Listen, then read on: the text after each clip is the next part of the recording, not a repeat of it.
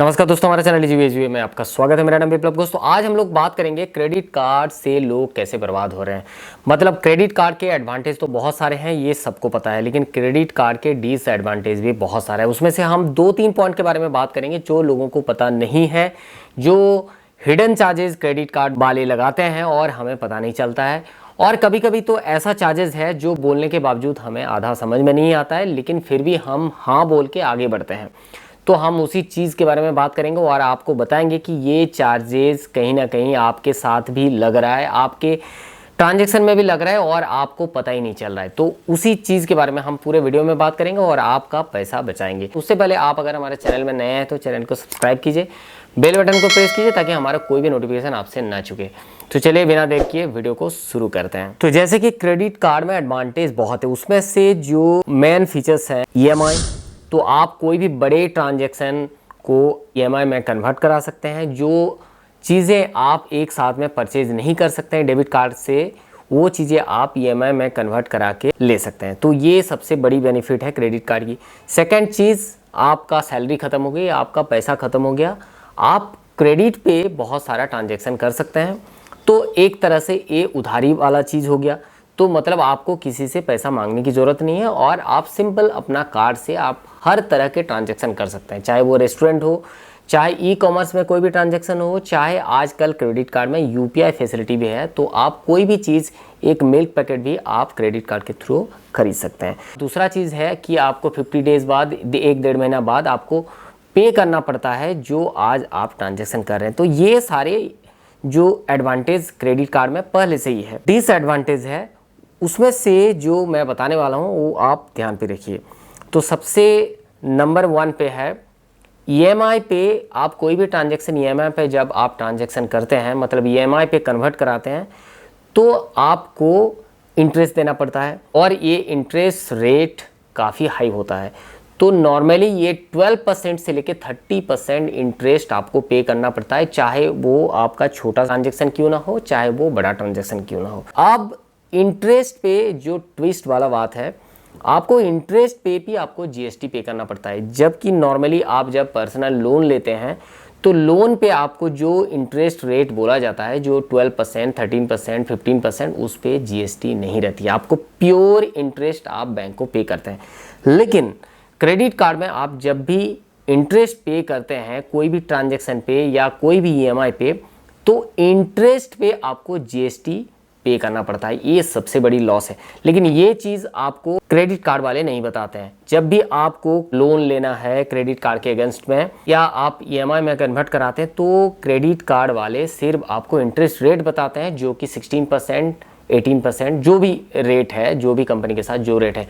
लेकिन कोई ये नहीं बताता है कि इंटरेस्ट के ऊपर भी आपको GST देना पड़ेगा। तो आपका इंटरेस्ट के ऊपर GST लग के कहीं ना कहीं आपको अगर 20% में EMI फैसिलिटी, मतलब 20% में अगर आपको इंटरेस्ट बोला जाता है, तो कहीं ना कहीं वो 24%, 25% आपका इंक्लूडिंग GST पड़ जाता है। तो ये आपका सबसे बड़ी लॉस है। सेकेंड चीज़, आपका प्रोसेसिंग फी। आप कोई भी छोटा EMI भी कन्वर्ट कराते हैं या कोई भी आप कैश ऑन कॉल लेते हैं, मतलब छोटा लोन्स भी लेते हैं क्रेडिट कार्ड के अगेंस्ट में, तो उसमें प्रोसेसिंग फ़ी भी लगता है। अब प्रोसेसिंग फ़ी के ऊपर भी आपका GST लगता है। तो ये GST वाली कहानी आपको ध्यान से देखना पड़ेगा, टर्म एंड कंडीशन पढ़ना पड़ेगा, उसके बाद ही आपको हाँ करना पड़ेगा। तो ये चीज़ आप ध्यान पे रखिए आगे से। अब आते हैं सेकंड पॉइंट पे। अब सेकंड पॉइंट आपका हो गया लेट फीस। तो आप अगर क्रेडिट कार्ड का पेमेंट सही टाइम पे नहीं देते हैं, जो स्पेसिफिक डेट आपको मेंशन किया रहता है स्टेटमेंट में, आप अगर उस डेट पे आप पे नहीं करते हैं तो आपको लेट फाइन पड़ता है। और वो लेट फाइन आपका अमाउंट के ऊपर डिपेंड करता है कि आपको कितना पे करना है। अब लेट फाइन के ऊपर भी GST लगता है। तो ये भी चीज़ आप ध्यान पे रखिए कि आपको अगर बोला जाता है कि 800 आपका लेट फीस है या 1000 रुपीज़ आपका लेट फीस है, तो 1000 रुपीज़ के ऊपर आपको 18% GST मिला के 1180 रुपया आपको पे करना पड़ेगा। तो ये कहीं ना कहीं आपको नहीं बोला जाता है और आपका ये कहीं ना कहीं लॉस है। अब थर्ड जो डिसएडवांटेज है कार्ड पे, वो है आपका लोन्स। तो क्रेडिट कार्ड में आपको लोन आजकल बहुत सारे कंपनीज दे रहे हैं। तो वो लोन आपको छोटे छोटे अमाउंट का भी दिया जाता है, एक स्पेसिफिक अमाउंट का भी दिया जाता है, जो आपको ऐप पे फ्लैश होता है।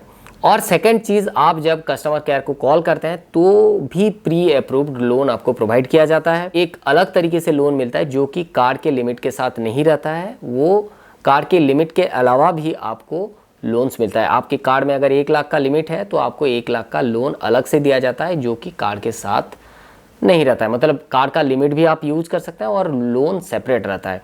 तो ये एक ट्रैप है।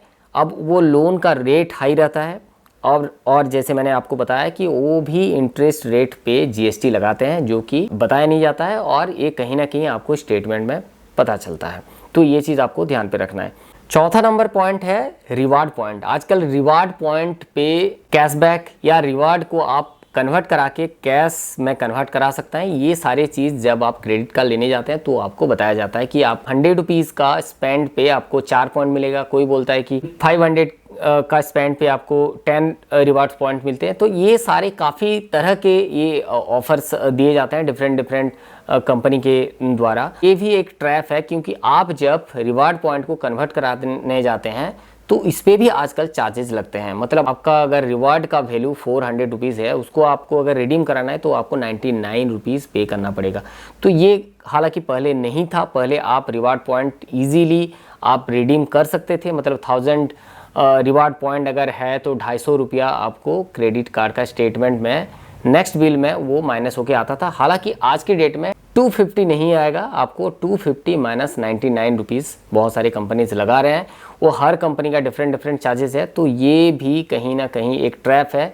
आपको रिवार्ड पॉइंट बोल के क्रेडिट कार्ड लेने पे मजबूर करते हैं और बाद में फिर ये सारे चार्जेस होते हैं जिससे आपका कोई बेनिफिट नहीं होता है। Last but not the list, ये है आपका माइलस्टोन। तो क्रेडिट कार्ड पे बहुत सारे आजकल कंपनीज माइलस्टोन सेट किए हुए हैं कि आप 25,000 के परचेज पे आपको इतना रिवार्ड पॉइंट, 50,000 के स्पेंड पे आपको इतना रिवार्ड पॉइंट। तो हर स्टेप पे उनका रिवार्ड पॉइंट सेट रहता है। बहुत सारी कंपनीज आप अगर चार्जेबल कार्ड लिए हैं तो उसमें भी बोला जाता है कि आप 2 लाख का परचेज कीजिए तो आपका सेकेंड ईयर का चार्जेस फ्री है।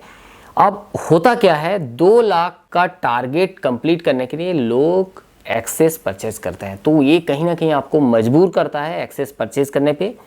और वो एक्सेस परचेज आप करते हैं सिर्फ 1000 रुपीज़ का वाउचर के चलते या 500 के वाउचर के चलते।